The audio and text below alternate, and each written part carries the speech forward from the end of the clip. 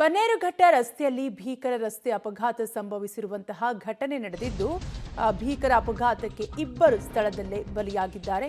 Tipper lorry ಚಕ್ರ ಹರಿದು bike ಸವಾರರಿಬ್ಬರು ದುರ್ಮರಣವನ್ನಪ್ಪಿದ್ದು Bannerghatta ಮುಖ್ಯ ರಸ್ತೆ ಹಾರಗದ್ದೆ ಬಳಿ ಈ ಘಟನೆ ನಡೆದಿದೆ. ಹಾರಗದ್ದೆಯಿಂದ ಜಿಗಣಿಗೆ ಹೊರಟಿದ್ದ ಇಬ್ಬರು ಬೈಕ್ ಸವಾರರು ಭೀಕರ ಅಪಘಾತದ ಬಳಿಕ ಲಾರಿ ಚಾಲಕ ಪರಾರಿಯಾಗಿದ್ದಾನೆ. ಒಟ್ಟಾರೆಯಾಗಿ ಬನ್ನೇರುಘಟ್ಟ ರಸ್ತೆಯಲ್ಲಿ ಭೀಕರ ಅಪಘಾತಕ್ಕೆ ಇಬ್ಬರು ಬಲಿಯಾಗಿರುವಂತಹ ಘಟನೆ ನಡೆದಿದ್ದು ಟಿಪ್ಪರ್ ಲಾರಿ ಚಕ್ರ ಹರಿದು ಸವಾರರಿಬ್ಬರು ಸಾವನ್ನಪ್ಪಿದ್ದಾರೆ. ಬನ್ನೇರುಘಟ್ಟ ಮುಖ್ಯ ರಸ್ತೆ ಹಾರಗದ್ದೆ ಬಳಿ ಈ ಘಟನೆ ನಡೆದಿದೆ.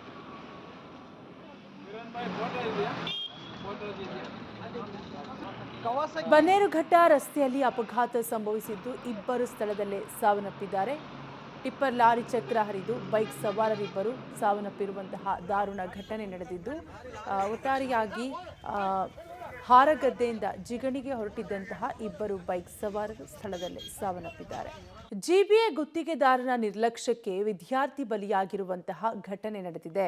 ಟ್ರ್ಯಾಕ್ಟರ್ ಹಾಗೂ ದ್ವಿಚಕ್ರ ವಾಹನದ ನಡುವೆ ಅಪಘಾತ ಸಂಭವಿಸಿದ್ದು ಜಿಬಿಎ ಗುತ್ತಿಗೆದಾರನ ನಿರ್ಲಕ್ಷ್ಯಕ್ಕೆ ಓರ್ವ ವಿದ್ಯಾರ್ಥಿ ಸಾವನ್ನಪ್ಪಿದ್ದು ಟ್ರ್ಯಾಕ್ಟರ್ ದ್ವಿಚಕ್ರ ವಾಹನದ ನಡುವೆ ಅಪಘಾತ ಸಂಭವಿಸಿದೆ. ಚಿಕಿತ್ಸೆ ಫಲಕಾರಿಯಾಗದೆ ವಿದ್ಯಾರ್ಥಿ ರಾಜೇಶ್ ಸಾವನ್ನಪ್ಪಿದ್ರೆ 18 ವರ್ಷದ ವಿದ್ಯಾರ್ಥಿ ರಾಜೇಶ್ ಸಾವನ್ನಪ್ಪಿದ್ದು ಹೆಣ್ಣೂರು ಫ್ಲೈಓವರ್ ಮೇಲೆ ನಿನ್ನೆ ಈ ಅಪಘಾತ ನಡೆದಿದ್ದು ರಸ್ತೆ ಬದಿ ಮಣ್ಣನ್ನ ತೆರವುಗೊಳಿಸುತ್ತಿದ್ದ ಟ್ರ್ಯಾಕ್ಟರ್ ಸಿಬ್ಬಂದಿ ಚಾಲಕನ ನಿರ್ಲಕ್ಷ್ಯದಿಂದ ರಸ್ತೆಯಲ್ಲೇ ಟ್ರ್ಯಾಕ್ಟರ್ ಅನ್ನ ನಿಲ್ಲಿಸಲಾಗಿತ್ತು. ಜಿಬಿಎ ಗುತ್ತಿಗೆದಾರನ ನಿರ್ಲಕ್ಷ್ಯಕ್ಕೆ ಓರ್ವ ವಿದ್ಯಾರ್ಥಿ ಸಾವನ್ನಪ್ಪಿರುವಂತಹ ಘಟನೆ ನಡೆದಿದೆ.